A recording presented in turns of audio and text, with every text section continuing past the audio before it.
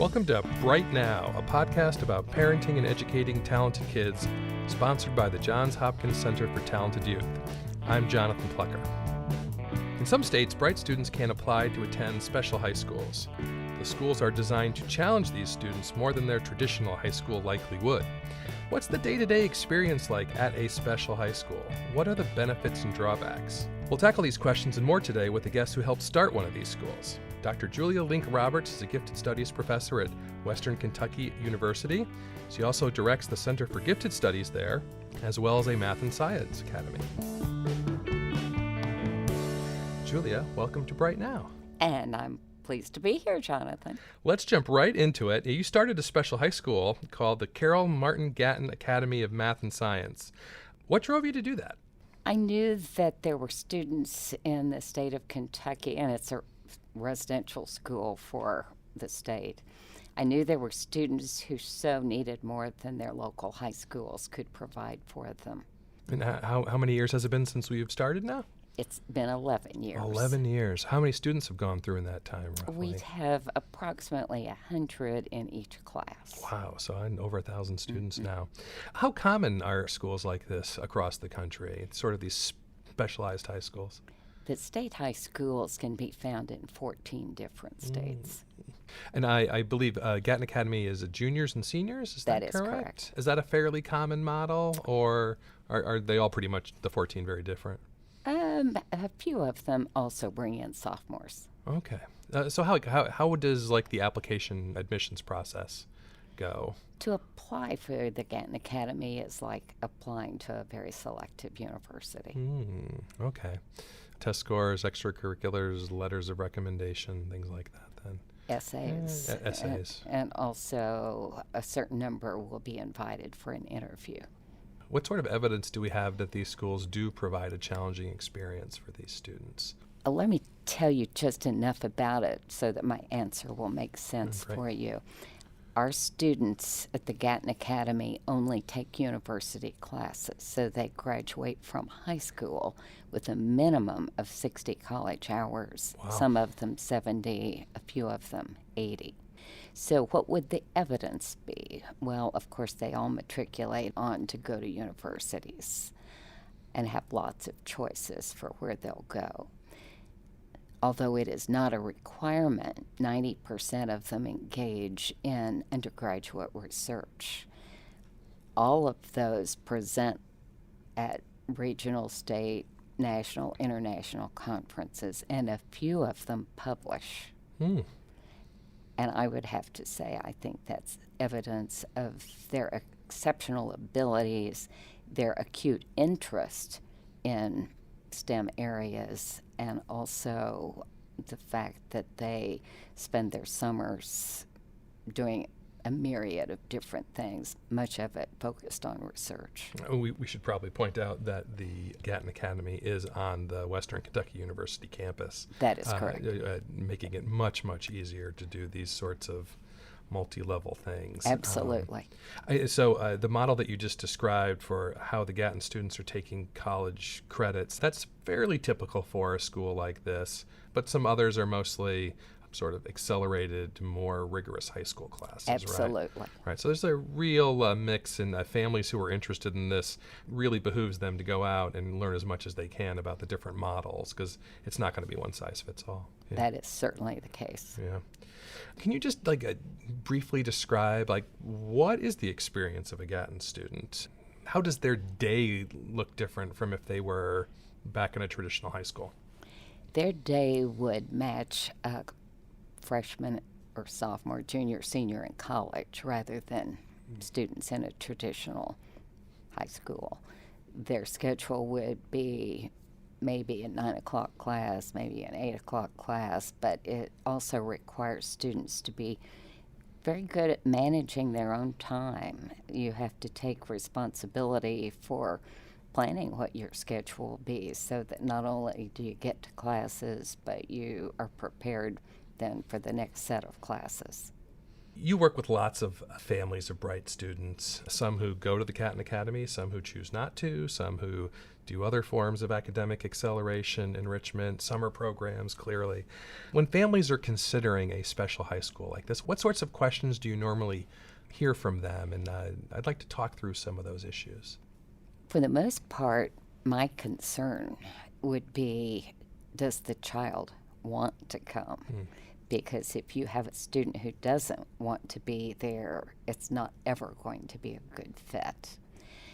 The reason that I would want my child to leave early would be that he has needs or she has needs, and needs for a gifted child don't look like needs for other children because they emanate from their strengths rather than a deficiency. I would want to look at what the home high school could offer, and if the high school can offer what the child needs, then I think 2 more years with your family would be the thing.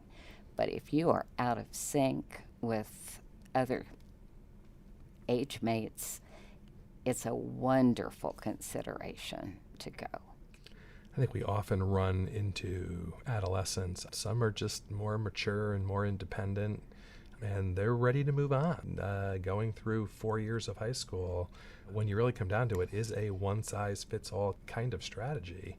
Sometimes they're just ready to go early. I certainly wish my own daughter had had those options in the state where we live. Are there other issues that families worry about? I'm sure any parent is going to be nervous sending their high school junior off to a different town. What are some of the concerns, and are those concerns really founded, do you think? Primary concern that we heard before we opened was, what about the prom? Which I found to be pretty interesting, because Gatton Academy has its own prom. The students can also go back to their local prom. I think many times parents have a pretty exaggerated view of the importance of the prom to many of these advanced students who wouldn't go to the prom if they stayed at home, some of them, and others that wouldn't be a very high priority for them at all. We try and talk with the families when they come for what we call preview day, to even learn about what the school would be like. And we encourage the parents to help the students learn how to do their laundry and how to do those things that would make them self-sufficient. No one's going to be tapping them on the shoulder to get up. I mean, so you've seen over 1,000 students come through the Gatton Academy now, a huge success story.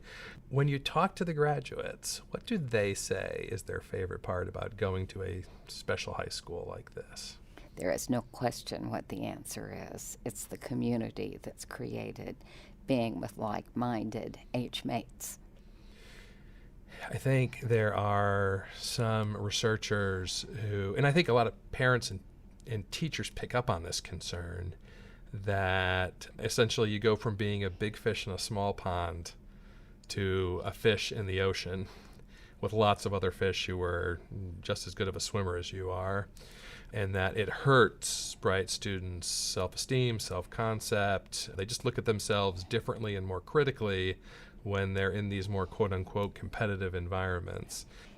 The students are really not competitive with each other. They are competitive with themselves. I'm sure one parent concern, it would be my concern, is putting my child onto a college campus at the age of 15, 16, 17. I can think of a million things that could go wrong. What sorts of planning and safeguards go into making sure that it really is a positive experience for students, even though they are on a very different sort of context? We have curfews, kind of old-timey curfews that students must be in. But please remember, on all campuses, there are going to be some early graduates who are 14, 15, 16, who don't have the curfew. They're regular students living in residence halls. Our Gatton students have ID cards that would not allow them to go in any other residence hall. They're keyed in a way, nor can other students come in to Florence Schneider Hall, which is our home. It has not been a problem at all. Our Gatton students are so happy to be with each other that boyfriends, girlfriends for college students just hasn't been an issue in 10 years. I'm curious about what the reaction from local superintendents who are sending their students.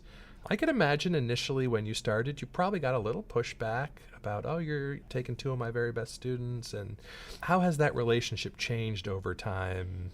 Is it confrontational at all? Do they try to discourage it, or are you finding the opposite? Well, first of all, let me tell you what the school districts keep. They keep their average daily attendance for these students, so they are not losing any money. Secondly, the scores on the state assessment go back to the district, so they're not losing their scores. And when the last couple of years I've had the opportunity to speak at the School Board Association to the whole group, I try and remind them that what they're getting for the opportunity for their students is that there is another option for their students who need more than they can provide. I guess in the same vein, I'm also curious, like at the state level, what sort of a response do you get from politicians, education leaders, people like that? Have they come to understand the value of a special school like this? I think my answer is I hope so. We work hard at that because the public relations aspect of a special school is something that stays very important. We haven't talked much about what the actual academic challenge aspect of this is. Like, how do you find that the students at the Gatton Academy respond to that academic challenge? I'll start with the second part of that. Initially, some of the students are shocked by the challenge because they have been told middle school would be tough and it wasn't. They were told high school would be challenging and it wasn't. And so they've been told that the Gatton Academy's classes would be challenging, and they maybe think, oh, sure. Well, it is challenging, and if you have not learned to study, and many bright kids have not learned how to study, then you're in trouble unless you can pick it up and understand that you start early on and that it isn't waiting until the night before a test or the night before a paper's due, that you're working on it all the time. During the week before school starts, there's lots of preparation for study skills, planning your schedule, getting used to what the Gatton Academy will be like. But some of them don't catch on until all of a sudden they're in the classes and realizing that this is very different. College work is different. Now, what they take in terms of college classes are any classes that they need to graduate from high school. If they have not had U.S. history, they take a college-level U.S. history course. They all take math starting wherever they are, and for some students that would be starting with trig. With others, it's starting with Calc 2. So it depends on what the preparation that was offered in your home high school. But they all go up through calculus. They all take a class in physics, chemistry, biology, and computer science. And then they take a second class in one of those to have a sequence. They also all take computational problem solving. And for many gifted students, the open-endedness of the problems is either a really good thing or it's a really awful thing. A really big challenge, yeah. You either love the class or not at all, but they all take that because they need to be engaged in that kind of thinking. They also have STEM electives to take. They all have English. One of the nice things that many of them do is take English 200 traveling to England in the summer. And so they're visiting the British authors' homes or something about their life and as they are reading it. But not all students do that, but almost all students have an international experience during their 2 years. During their 2 years. Yes. Wow, that's amazing. If you were to speak to a talented student and they're a family that was interested in considering a school like this, but if you had to just pick one or two things for them to really focus on to make sure they were making a really informed decision, I'm interested in what you'd recommend to them. Is your child being challenged at the school at which he or she is attending? If there is no homework, I worry. If there's no effort that has to be put into schooling in high school, I worry, because that child very likely will be unprepared when college comes. Julia, thanks for talking with me today. This has been really interesting, and I think it's going to be very helpful for bright students and their parents. Thank you. And thank you for the opportunity, Jonathan. That's it for today's episode of Bright Now. Dr. Julia Roberts is the Mahurin Professor of Gifted Studies at Western Kentucky University, where she's also the Executive Director of the Center for Gifted Studies and of the Carol Martin Gatton Academy of Math and Science. Don't forget, if you have questions or suggestions for us, please email us at brightnowpodcast@gmail.com and let us know. That's brightnowpodcast, one word, @gmail.com. Until next time, I'm Jonathan Plucker, and this is Bright Now.